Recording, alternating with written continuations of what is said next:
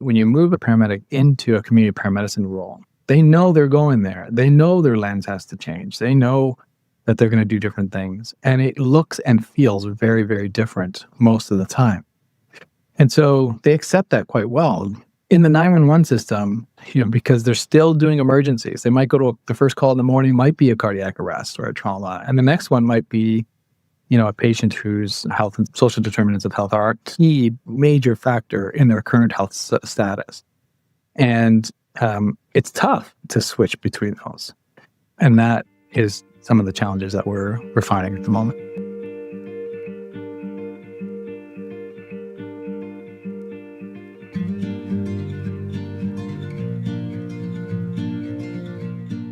Do you think if we integrated like teaching the social determinants of health in PCP school and ACP school, that transition to doing the IMPACC role would be less reluctance? Because I love that you said that identity shift, and it is. But if you looked at the lens from the beginning, that they have very specific social determinants of health that impact their health outcomes greatly. Because we all know that somebody in an affluent area that lives in York is quite different from a health and wellness perspective than someone lives in South Oshawa. So do you think if we integrated that earlier into paramedic curriculum, that could change how we perceive these patients and subsequently treat them? So yes, so that's one example. So yeah, integrating things like concepts related to social determinants of health is an example of the kinds of things that you could do in the education system that starts to shift their identity. They look a little bit different if you graduate somebody who has that background and that knowledge and that awareness than they did in the years that we didn't include that.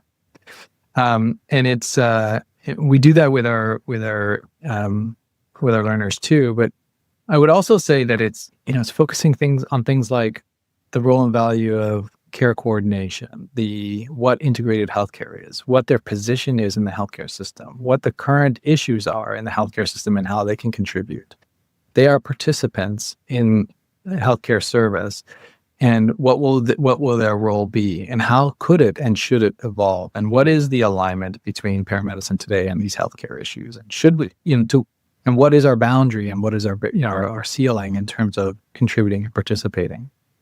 All of those things. So health policy, health systems, social determinants of health, all of these things, I think, have a role to get them to see their new graduates at least, or people who are transitioning into different kinds of roles to see themselves differently. And community paramedics, by the way, have done this really, really well. And the difference, though, so community paramedics, when you move a paramedic into a community paramedicine role, they know they're going there. They know their lens has to change. They know that they're going to do different things, and it looks and feels very, very different most of the time. And so they accept that quite well. In the 911 system, that's the because they're still doing emergencies. They might go to the first call in the morning, might be a cardiac arrest or a trauma, and the next one might be, a patient whose health and social determinants of health are a key major factor in their current health status. And it's tough to switch between those, and that is some of the challenges that we're finding at the moment. I imagine that was a purposeful choice, right? Like, I think to education, and I think that we certainly could change the signaling. And I think we are changing the signaling, but I think that we probably need to change it more. As you know, the time restriction will always be the big piece, building strong, transferable competence in the emergency side, while also signaling the fact that the majority of the calls you do won't be those calls, and you still have to be good at those calls. So that kind of goes back to, I guess, the idea of a very purposeful choice to take paramedics who are working in the 911 system and train them. So not remove them to have a different title or classification, but continue to have them in their role integrated into the system. So maybe you could speak a little bit more about that choice from the perspective of, does the experience matter? Is it the integration with healthcare teams and the understanding of maybe not exactly what the person needs, but there are gaps. And because I work in York region, maybe I know some of the teams that they could need access to. So is that the valuable experience that they're drawing from? Is it necessary? Could you do this with a new grad, do you think? To do this in operation. So the reason to do it there was, one, we had the hunch and now evidence about this alignment issue. Two, this is a geographically dispersed resource. They're everywhere. Paramedicine is everywhere. 3, we don't target any particular patient type. Like, unlike, for example, some models of care where it's like, how are we going to handle mental health patients? And people like Polly Ford Jones and I know Dale, you've done some work in that space too, and Middlesex London is doing incredible work, and lots of different places are doing incredible work about how to support mental health patients. IMPACC is not a patient-specific strategy. It is whoever calls 911 and being able to support that person better. And importantly, it's part of the reason why we went after core business is because there is existing funding and infrastructure for this. We're not asking services to hire more. We're not asking services to really do too much different. I mean, of course, there's some training issues, but after the training is done and the infrastructure is built in terms of equipment and things like that, it's integrated into the core operating budget. And if you bring new grads in, and this is why I want to talk about new grads, if you bring new grads in with these lenses already, it's integrated into the core system. And so that's where we felt like there was the most opportunity for obviously a very big transformation, but nonetheless, we felt like that's where it was most sustainable, biggest reach. And one of the things that a colleague of mine, her name is Sanakes Mason, who studies interprofessional education. One of the things that she's helped me see is that we can have non-co-located partners, non-co-located interprofessional teams.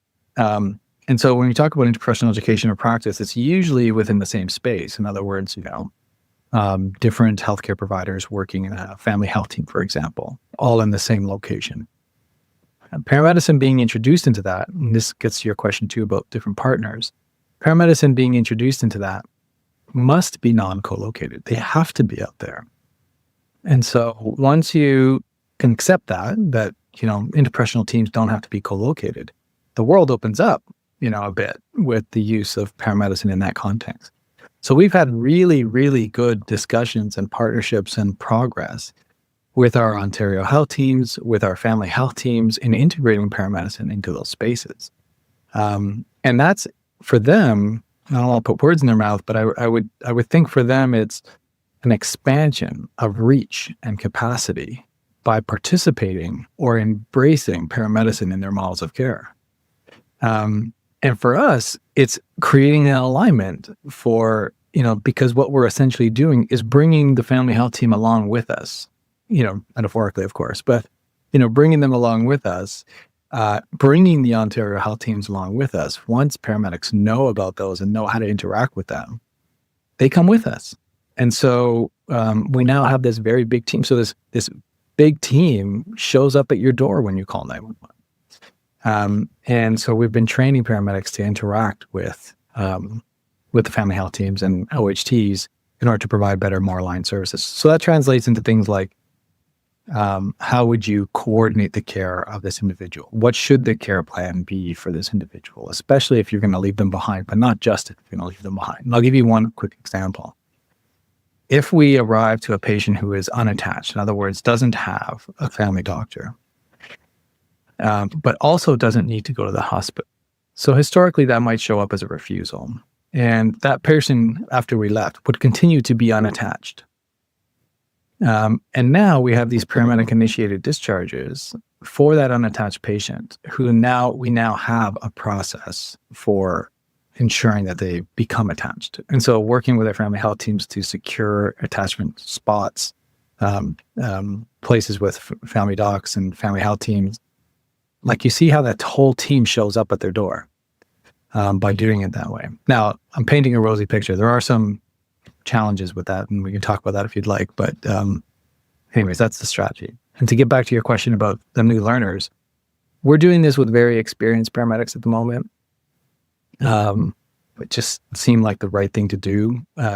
But I see no reason why this can't be fully integrated into practice education, assuming the box could contain it, could hold it, because like you said, Dale, there is a box that in terms of how much space there is.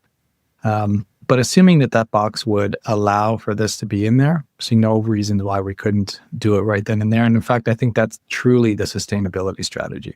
We have to get it there somehow. I think it really comes down to the idea of the data. And that's the kind of question I have, is that I'm sure there's a lot of data to support this. When you're putting the pressure on policymakers to fund education, and especially frontline education, you get sometimes, I mean, you've seen it, resistant pushback because you need strong data to support those types of changes. It has overarching, concerns from a monetary perspective, and I can understand that. So maybe you could speak a little bit about what that looks like. And as you were speaking there, the one thing I was really thinking about is that patients must like this. It's easy. It's not that hard to make the leap from perception to say that, when you treat someone who's having a heart attack and they make it to the cath lab and they have a positive outcome, that they feel good about that. But it's probably a little bit more challenging to see that, the long-term benefits, and then even just the perceptual shift in patients saying, I feel better cared for. Despite the fact that I did the same thing I would have done 2 weeks ago. Called 911, a paramedic showed up. So there you could speak a little bit to that. Yeah, again, great question. So on the data side, so as I said, we've been training people on this. We are now almost at 50 people trained. Not quite there, but on our way there, and about to do another cohort. And we've integrated this into the ACP education. I think that's an important point. Again, we can get to that in more detail if that's where you'd like to go.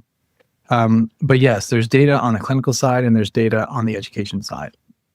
So we are constantly working with our learners mostly because I admit to them, even yesterday, I admit to them that this is developmental and we need their input and we need their insights as learners, as people who are going through the transition in identity, who are doing this work out there to help shape the education a little further. But we have every intention of just sharing this. There's nothing proprietary, I think, about this stuff. So it's worth sharing. And so we do have educational outcomes that we're evaluating to see how things are evolving. I'll give you just one example. We are looking at the degree to which social issues are captured, documented, and influencing the outcomes of patients. So we have match control. So we have all the paramedics that have been trained through IMPACC. We have a matched cohort of paramedics who have not. And we look at all their records to get a sense of to what extent social issues are being factored. And that's being done with some undergrad students and some students. And it's just phenomenal work. And we're not done that work, but we're starting to see that signal more and more that paramedics are integrating this stuff. So to me, that's a tip of the hat to the education system in doing. We still have to be better at it, but we're making change in that regard. So that's great. On the clinical side, we're very interested on alignment. Period. That is our number one outcome. So we're not interested in ED diversion. No, let me rephrase that. We capture ED diversion, but it's not our primary outcome. Right. We capture things like, patient satisfaction is part of it as well. And I'll come back to that in just a sec, but alignment. So what we are interested in is when a paramedic arrives at someone's home, office, wherever, have they served this patient in a way, in whatever way is necessary? And there's different ways of qualifying that and quantifying that, but that's the number one outcome. And if the answer is still no, and I should tell you, we've seen an increase in that from about 20% to close to 60%. Now, that's not all IMPACC. That's also the fact that we have a dedicated group of people who are chasing a lot of calls for the benefit of learners and things like that. But on IMPACC alone, it's somewhere around so far about 15 to 20%. And that's a significant jump up. And so when we look at the increase in capture up to 60%, there's still 40% that we don't know what's happening. In other words, they don't receive anything associated with the ALS, PCS, patient care standards. They don't receive anything related to IMPACC. They get nothing, but they get transported. And so we're like, okay, who are these people? What's happening with them? And so we're investigating those as well. And that'll start to shift it. But I think all of these things are hopefully going to be data for the education system and other systems like the services themselves, and maybe even the ministry, to say, look, this is a direction we should go. These are things that we should include. And hopefully that'll start to shift the education system. And on the patient side, it's things like, what we're finding that they're interested in is things like, has their issue been resolved? Whatever they think their issue is. And do they feel as though it's been resolved? And they generally want some degree of reassurance, and they generally want a plan. And in paramedicine, that plan has been to take them to the hospital. The reassurance has been to take them to the hospital. The resolving of their issue has been taking them to the hospital. And we don't think that that's the only intervention for those three variables. And so there's other ways of attending to those three variables. And that's, again, what the IMPACC concept is about. It's, again, IMPACC, I don't want to ever suggest that it's a set of directives, or it's a concept of alignment. And those three things about resolving it, reassurance, and creating a plan for them with our teams. Yeah. I love that. And correct me if I'm wrong, because it sounds like you're capturing all this magnificent data, but over on this subset of population, you don't know what's happening. But if you find out, you can adapt and pivot and develop plans for them that are very patient-centered. Yeah, exactly. And the issue there is that, so some of the criticisms, for example, could be, well, you're increasing dependency on the paramedic services. Maybe initially, they might start to learn that. We haven't seen that. We're not seeing suddenly like crazy rises and jumps on 911 calls. People aren't going to suddenly be calling 911 instead of trying to catch their family doctor or whatever. On the other side, it's look, if we are supporting the attachment process, if we are supporting their connection into good coordination of care and care plans, they may not need paramedicine systems in the future. I mean, that would be the best outcome, like where you could integrate an IMPACC model and suddenly you're seeing reductions in your community of accessing emergency services like that. And this, I want to emphasize, is something I said to our learners yesterday, actually. I said, look, this is the strategy for very successful health systems, is when you have a very robust primary care system, the dependency on emergency services becomes less. Norway is one of these, ranks very, very high in terms of their metrics on their healthcare system. And one of the reasons, not the only reason, but one of the reasons is because they have a very robust primary healthcare system. Ours needs a bit of support, and that's our current landscape. And so this is why paramedicine should evolve. It may be something different in the future. And again, we should evolve. And that's one of my criticisms of our system, is that we just haven't evolved in a way that our landscape, our healthcare landscape, would suggest we should. I think that's such a good point too, is that, not often are people using word of mouth referral to determine whether they're going to call 911 or not. But at the same time, maybe not inappropriate in areas where there is limited access to primary care, because you have people who have limited access based on the social determinants of health to primary care and say, I called the ambulance the other day because of whatever, and this is what I received, while you're creating a bigger net or casting a bigger net on communities that are typically underserved, probably, which I think is awesome.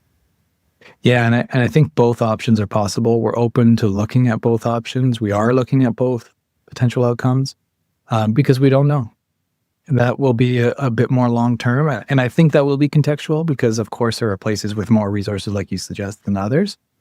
And if your non-co-located team is suddenly present in your community because they've transitioned the kinds of services that they provide, then maybe they'll start to use them as long as it's part of a team. And this idea of optimizing scopes of practice and models of care is not mine. Would know who to attribute it to, but we do know that there have been several government sort of initiatives to push forward on optimizing health human resources, in particular because of the crunch we felt during and after COVID.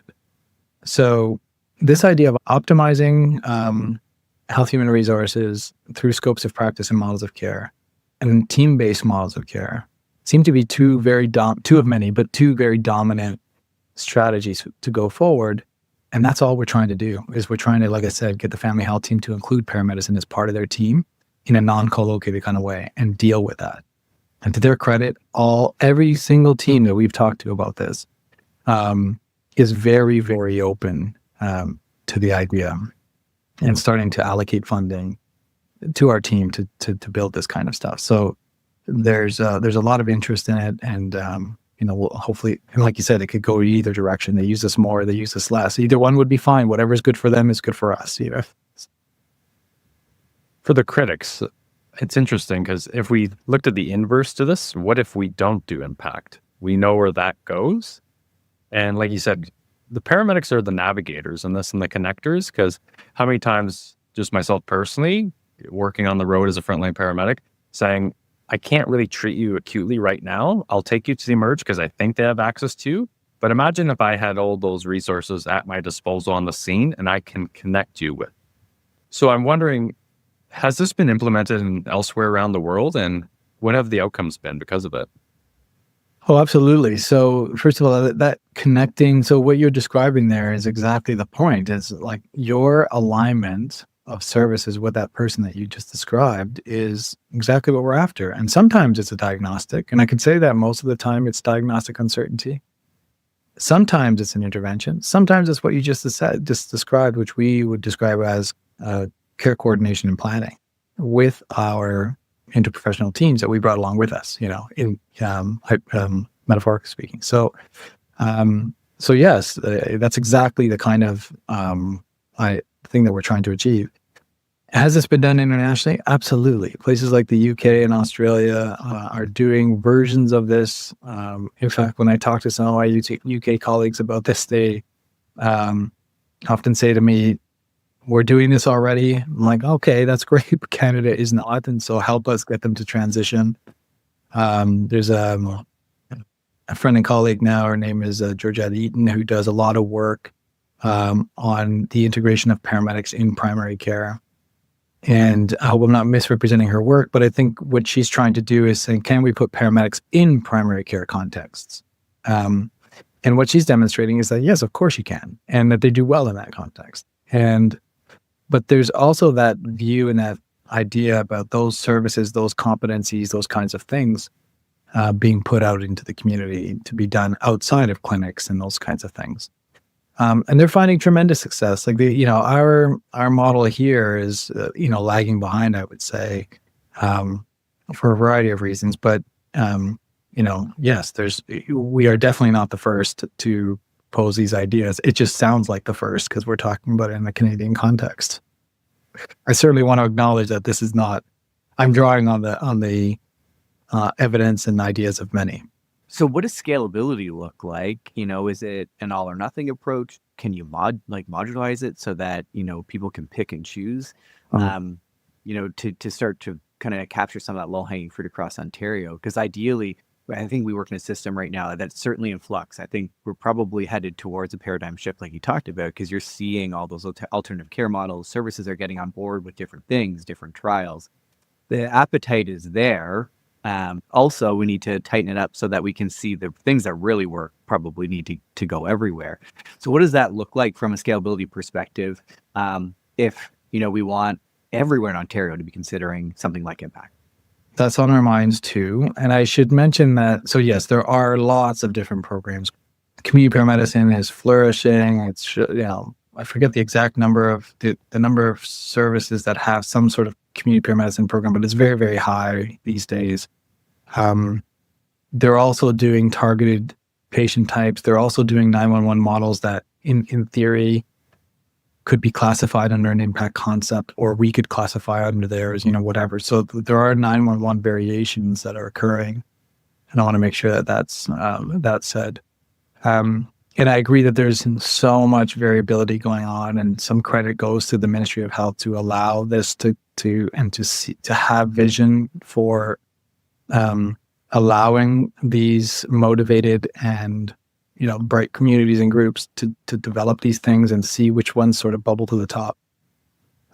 So this is why I talk about the IMPACC as a concept, because I think as long as we're moving in the alignment direction, and that becomes our goal and our focus, and that some degree of flexibility is required for the different kinds of teams that exist across the province and where they are located and how well we can do this non-co-located thing. All of those things, all are moving in an alignment so that when we go to look at this, in years future, where we say, okay, now let's look back 6 or 7 years and look at the data to look at alignment, that number's jumped dramatically from 20% to 50 or 60%. Right. But more concretely, the scalability piece, I think, has to come in the form of, established models of care for sure, not overly prescriptive or directive, but, through guidelines and these kinds of things. And also through the education system to foster that wave of people that come into the system with a particular lens that outdates, those who have been in the system a long time. Do you know what I mean? Like it changes, their identities look a little different and their approaches and thoughts look a little different. So I think that has to come, that is the scalability. And so on a very small scale, our strategy on scalability with at York Region is to integrate this into the advanced care paramedic program. And so, and again, credit to the Ministry of Health for having a little bit of guts and vision to say, yes, you can do that, because what we've done is submitted a proposal to the ministry to allow for an education program, an ACP education program that looks different than some of the others because it includes MPACC. And so it's a little longer as a result, but our graduates look different, and they're I'm not trying to say one is better than the other, but the point is that they look different. They graduate different. They focus on different things. They are equipped to do different things that are not just resuscitation and trauma focused. And so they are both, what we're trying to do is have them be experts both in that, but also in these lower acuity, more complex cases. And this is the differentiating piece. This group of paramedics can handle the complexity of these patients a bit better than our previous grads when it comes to low acuity. I mean, I'm not saying how to handle seizure patients, for example, or trauma patients, but those lower acuity social determinant patients are sometimes much more complex, and that's their skill. Like that's what makes them different than other ACP graduates. And so that's our sustainability strategy on a very, very small scale, because we're saying, look, we train them anyway. Let's train them to also do this. And so every cohort that comes out, the paramedics look different. And what we'd like to get to is a place where we can hire Durham grads, Humber grads, whatever, Centennial grad, whoever, who already have this as well. And we will at some point work with the educators to help get the educators there. I know they're moving in that direction anyway, but to try to help as much as we can so that we can select people who have these versus those that don't. And that's the direction that at least our system is trying to demonstrate and model and then share. That makes a ton of sense. And I think maybe the piece I was missing, as you hear about it and you look at it, is that it's not directive focused. So, which can be really tough probably for people to wrap their head around. It's not here's a new directive, let's teach the new directive. You're looking at a true conceptualization of a paramedic who can adapt. So, I have the ability, 10 years from now to say, hey, this is being added because we see a gap in your community. And I already have all of the skills and abilities necessary to bring that into practice without it having to be such a myopic directive education certification. You have to have the ability to have that flexibility. If I'm kind of appreciating what the concept is, which I do think is easier to accomplish from an educational perspective. It doesn't restrict you so much to, very linear trains of thought and thinking in terms of directive-based education, which probably fits with trauma care and cardiac arrest management and all that kind of stuff. I think that we certainly can get there. It's certainly not an impossible feat. Even with the box that we have. That's always been my concern, right? Is the box is small, but that actually does seem very manageable if you think about it creatively.